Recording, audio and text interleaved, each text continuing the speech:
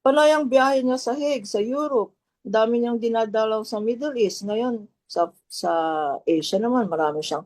And she's saying she's using personal funds. About Madam Vice President, baka na, ayan na yung unexplained wealth mo. Gusto ko lang idagdag, every time nagkakainitan sa impeachment trial, nagkakaroon siya ng press conference.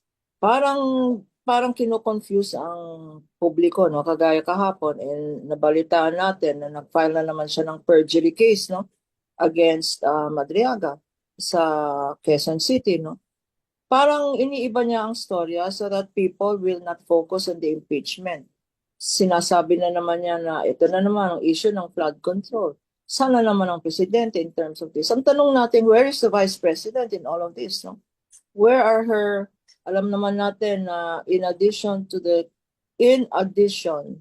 to her confidential funds na subject ng impeachment case, meron tayong alam na she has a total of 2.3 billion. In 2023, ang pondo ng Vice President in 2023, inclusive of confidential funds, was 2.3 billion. Ang confidential funds dyan na linilitis natin ngayon uh, 612.5 million lang. No? Saan niya ginagastos? Yung pondo ng Vice President. That is where we require transparency. No? Sinasabi ng mga followers niya, yung confidential funds ginamit sa gamot, ginamit sa buti nga Vice President, ginagamit sa gamot at saka sa gamot, sa pagkain, sa grocery, etc., sa supplies, no? Hindi naman yun ang ibig sabihin ng confidential funds. Di kunin mo sa billion mo, Madam Vice President. If you want transparency, you should start with yourself. Where are you spending your billions in presidential fund, vice presidential funds? Yung budget po ni Vice President Sara Duterte na 2.3 billion at yung confidential funds niya, yung kanyang budget for 2023, yun ang pinakamalaki sa Office of the Vice President, no? At wag natin i-blame ang president or the budget or Congress for giving her confidential funds. Ibig sabihin ba, pag binigyan ka ng confidential funds, regalo yan sa iyo, Madam Vice President. Hindi po yan regalo sa iyo. Public funds pa rin yan. So, if you are pointing a finger at all other government agencies, there are three fingers pointing back at you. So you start with yourself and start with presenting yourself, accounting for public funds in the impeachment court.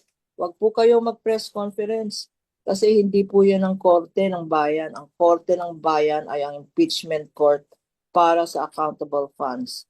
Okay, na-contempt order na ako ng Senate sa sinabi kong yan. Maraming salamat po.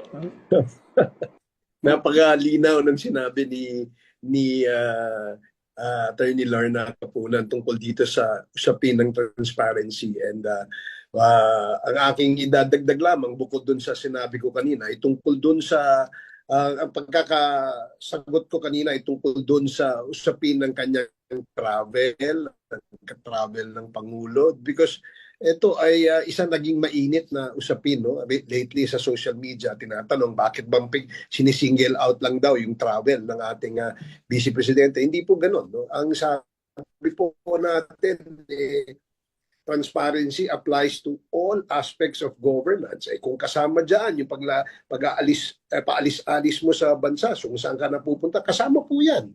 Diba?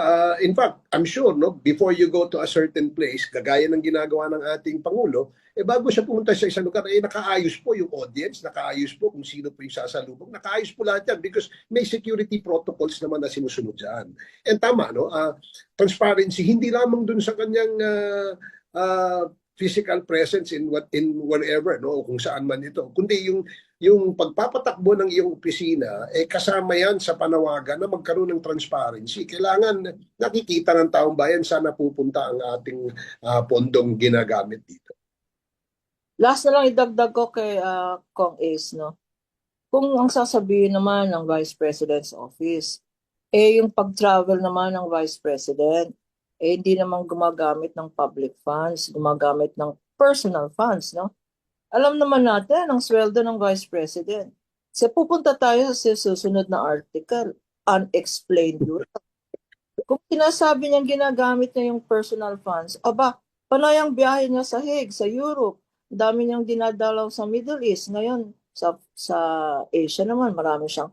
And she's saying she's using personal funds. Aba, Madam Vice President, baka ayan na yung unexplained wealth mo. Yan ang susunod na article natin. How do you explain your personal funds if it is stated in your SALN kung ano ang sweldo nyo, ano ang businesses ng asawa ninyo, saan nang gagaling yung personal funds na ginagastos mo para sa mga travels mo. Di unexplained yon. Di exciting ang storya sa next article natin sa impeachment. Salamat po. Mukhang nano na po yung susunod na article. Pero thank you po. Thank you so much po. Salamat din, Thank Haji. you. At mukhang maganda yung katanungan mo. Maraming lumabas na bagong mga impormasyon. Pero ngayon,